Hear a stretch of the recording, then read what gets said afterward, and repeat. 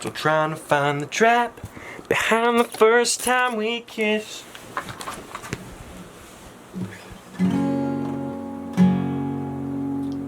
Say that you love me,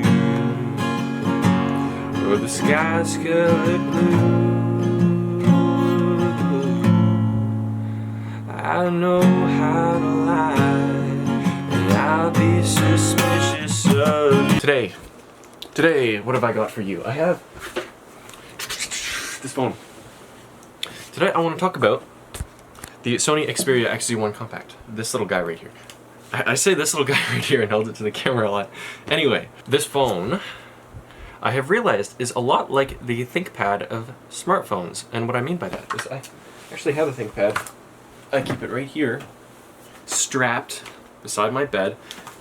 And this is a ThinkPad X220. It's a little bit older. It's a 13-year-old laptop. This is 2017, so it's about 8 years old. Not that old. Not that old. But what I do want to say about this is that it's very similar owning this compared to owning this. Now what I mean by that is the stock software that comes on here is probably Windows. It's going to be Windows, right? And running Windows, it's not optimal because there are faster operating systems. What people do typically with Linux is they give new life to old technology using a lighter weight operating system. And you can do the exact same thing with this in the stock firmware, flashing it with Lineage OS. I know that a couple other operating systems might work on this thing, but I have Lineage OS working on it, and it's very finicky, and it takes a lot of tinkering in order to get working. So the first thing that I wanted to bring up actually is the tinkering. With this, if you're gonna get this, you're probably gonna install Arch Linux on it. That's what I have on here. And with Arch Linux, there comes a lot of tinkering, a lot of trying to figure things out. Just to install the operating system itself, you need a lot of, that's my boot sequence, you need a lot of patience and a lot of time. If your heart isn't in it, if you're not passionate about it, it's not something that is going to work for you. But if you do like tinkering with things, if you like your own freedom, and it's worth knowing or getting to know your technology well in order to facilitate that freedom, I think your best bet is to also get a phone that has that capability. Flashing on a custom firmware onto a phone can be a lot more of a hassle than doing it with a computer, let's say. But Sony, the company, has made it fairly easy. I don't know if it's always going to be this way, but they have a website where you can put in like your IMEI number, I think, and it'll give you access to root your device or unlock the bootloader. Now once you do that, you're able to flash a custom firmware into it, and you can also flash a custom recovery. Now what I have working in this one is Lineage OS with Lineage Recovery. I know Twerp is a very popular recovery, but it didn't work for me. I tried it for so long and I couldn't get it to work. I don't know why. But yeah, this phone is definitely for tinkerers, because not everything is going to work out of the box. I think that's just the case with flashing firmware onto phones in general. You're not going to have an easy time flashing firmware, custom firmware anyway, onto a device like this. But like I said, if you have the free time, if you have the will, the need to be independent and not reliant on proprietary software, Lineage OS is a good option on this thing. It works very well once you get it working. That's once you get it working, because there's no promise that you're going to get it working. There's a chance that you brick it. But I have gotten comfortable enough to say that I think I can operate flashing new stuff, flashing a new boot or a new recovery firmware without breaking it, because I've gotten boot loops many times. And a boot loop essentially is where it tries to boot into the operating system, but it can't for whatever reason. Sometimes it doesn't exist, sometimes it's corrupted. And so it tries to, but then it immediately shuts off when it gets to the, booting stage of that. And then it tries to reboot and do it again, and it just keeps doing it over and over again. Sometimes if you have a recovery on it, it'll boot into recovery, so it's essential that you have a recovery on this thing in order to do what you need to do, which is get a working operating system. Now the next thing I want to talk about actually is the form factor. There is a very nice form factor that comes with this phone. It fits in my hand very well. It's It fits in my little pocket on my pants, and that's something that I really value in a phone. I don't like having my phone right up against my crotch, blasting that electromagnetic radiation into that area, which has been proven to give you cancer. So that's not ideal. Somebody with a slingshot just went by. The ThinkPad has a beautiful form factor. This thing is much smaller compared to a standard laptop now, but it is a bit thick. It's a bit chunky. That's one area where it's lacking, but it doesn't really cause me any problems. I could fit it in my bag just fine.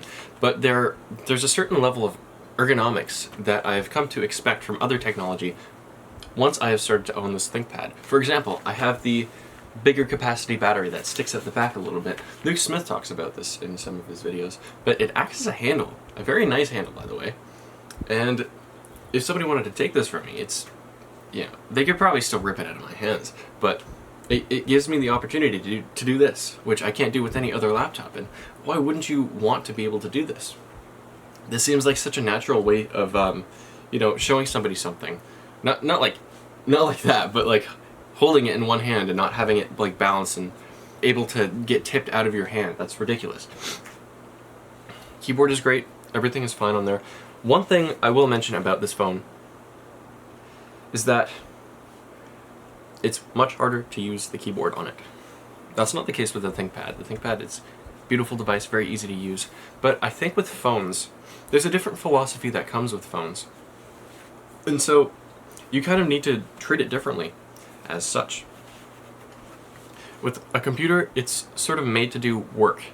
This is made to do quick tasks that require less attention, that are more passive, I'd say.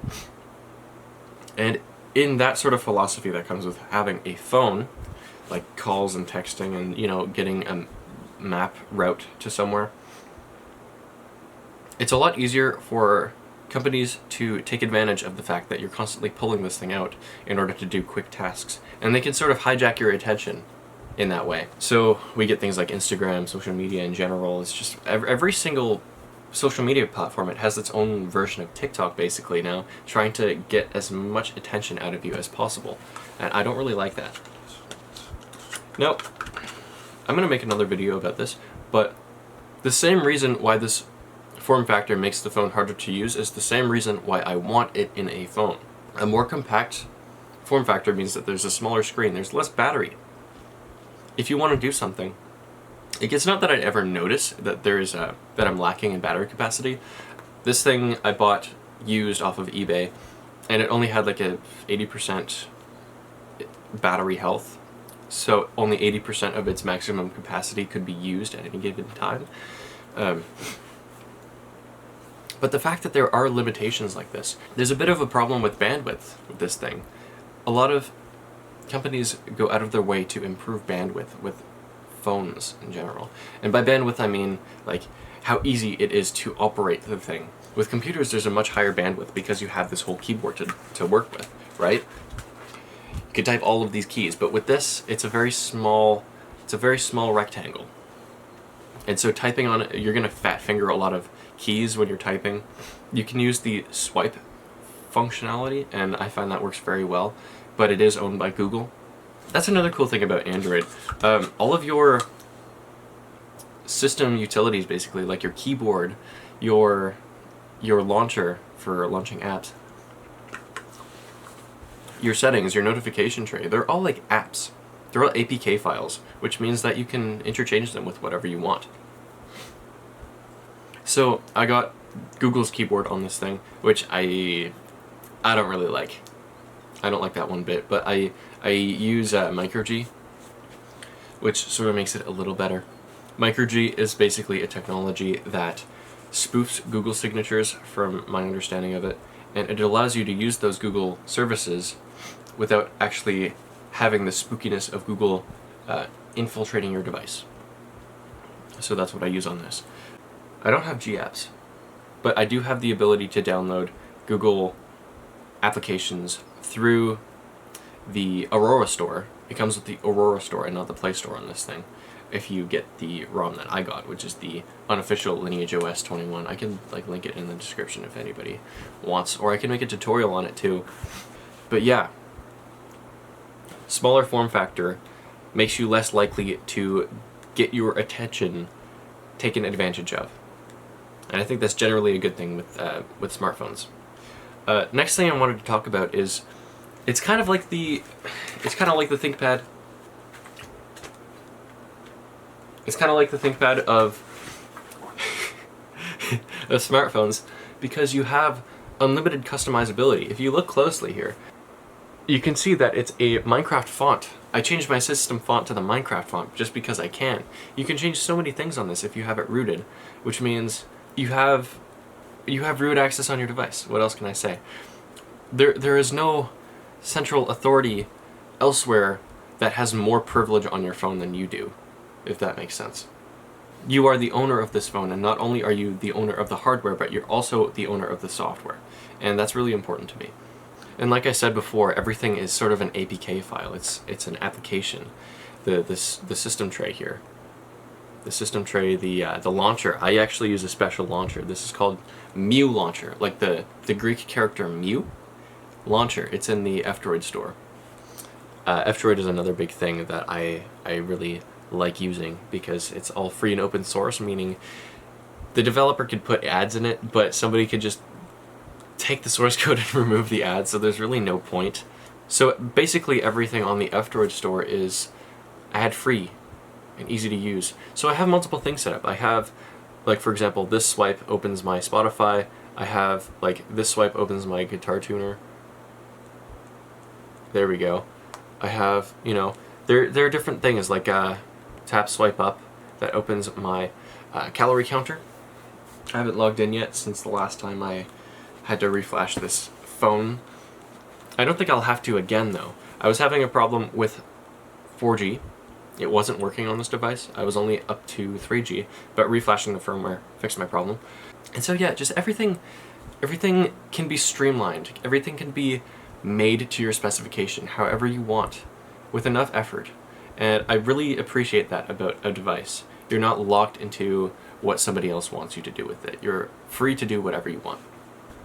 So yeah, those are the 3 reasons why I think the Sony Xperia XZ1 Compact is a lot like the ThinkPad of smartphones.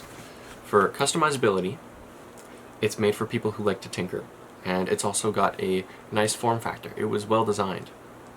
Another thing that I want to mention here is the expandability. So you got a micro SD card slot, and it's essential to have this micro SD card slot, because the phone only has 32 gigabytes of storage internally. So on the micro SD card, I have my videos and pictures, stuff that takes up a lot of space, you know, and that frees up space on the internal storage to use stuff like my application data. I don't know if you could store apps on your micro SD card. If you can, I might do that or look into it. But yeah, it's nice to have the ability to take out your storage. Another thing about this is that you don't need, you see this? There's a little finger groove in there. You take this out, you do not need a tool in order to take this out. Same with the SIM card, and the SIM card is actually still in there. It's still in the phone. It's in another separate tray. I don't know if you can see that. It's right by my pinky there. It's in another separate tray, and that makes so much sense. I don't know why more companies don't do this, or why it's gone out of fashion, but you're going to take out your micro SD card a lot more than you're going to take out your SIM card, so you might as well have them in separate trays. And it's like, that seems like such a no-brainer to me now. Like, that's such a good design for a phone. And I'd like to relate it to the ThinkPad, because it has a lot of those same those well-thought-out features that laptops today just don't have. We have so much I/O. We have, this is my hard drive. Like, you can remove the hard drive if you want. There's supposed to be a cover there. I don't have it on because it didn't come with one. But you got Ethernet, you know, headphones, powered USB, SD card. You got expansion. You got freaking expansion, PCIe, express card expansion, dude. That's crazy. That's insane. The thing even has DisplayPort. So it's just, there's a well thought out design in it, and that's something I can appreciate. When a company makes a product that is very well thought out, and the consumer can appreciate the design and the thought that went into specific details about it, I think that's something that really resonates with me. It's like there's a sign of quality to that thing once somebody's put that thought into it. It's hard to say. It's kind of sad to say. That's what I meant to say. It's kind of sad to say, but you just don't see that in consumer electronics anymore. You don't see well thought out, designed technology. You see stuff that's just pumped out to increase profit margins that the average consumer is just dumb enough to think is cool and upgrade from there. It's just made to push profit margins and to really trick the average consumer into upgrading into a newer device that they don't actually need. And there's not much thought that goes into it. No, well, I'm sure there's a lot of thought that goes into it, but it doesn't go into the right place. You should be spending that time and energy not increasing profits for your shareholders, but maybe a little bit, but you also need to put in some actual thought into your stuff. Stuff isn't appreciated anymore, though. You know? Like, the average consumer, I don't think appreciates the well thought out nature of how products used to be. And so that's kind of translated into our design philosophy now, and it sucks. It really sucks. So one of the reasons I own a ThinkPad is just, it's so good. Just everything about it makes sense, you know? Same with this thing. Everything about it just makes sense, except for like this plasticky material. It's kind of rubbing off in the corners, but that's just from use. I don't think that's just cosmetic, basically. And not only does this thing have a micro SD card slot, it actually also has a headphone jack, and I use that often. I also use the USB-C often. It doesn't have micro USB, it has USB-C, because it's a newer phone, you know? And I do use Bluetooth headphones with this sometimes, or Bluetooth earbuds, but another thing that I take with me is this BTR15. It's a company called FIO, F-I-I-O, that makes these, and it turns any wired headset or set of earbuds into a Bluetooth set of earbuds. So I connect this to this, and I also connect my computer to this. And I just turn everything into a Bluetooth device, which is cool. The fact that I have a custom ROM and it's a rooted device, it means I can just plug in a USB. Actually, I'll show you. The fact that I have a USB-C port on here, and it's rooted, and I can access all of the system files on it, and I can do stuff as root, it means I can use rsync on a terminal on this thing to transfer files. I don't have it set up anymore because I flashed a new firmware on it, but I would take this micro SD card to USB type A adapter.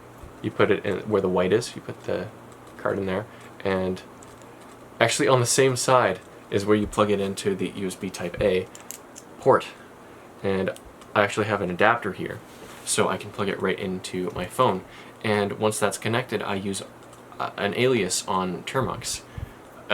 Fancy words to say there's a terminal emulator. I can use a command prompt on here to run a command, and it transfers all the files on this into my camera roll as long as they're new files. Isn't that so cool? Isn't that something that you want in a device? Something that's free? Something that's expandable? Something that just makes sense, you know? It just makes sense. Anyway, so if you have a ThinkPad, or you just like this sort of philosophy of appreciating well-designed stuff, and you want to spend less time on your phone, and you like tinkering with things, I think this is a good option, the Sony Xperia XZ1 Compact. Thank you for watching. I appreciate it. If you you don't have to like, subscribe, don't worry about it. I only make these for fun. Maybe I'll be rich off these videos someday, but I really highly doubt it. Anyway, thank you for watching.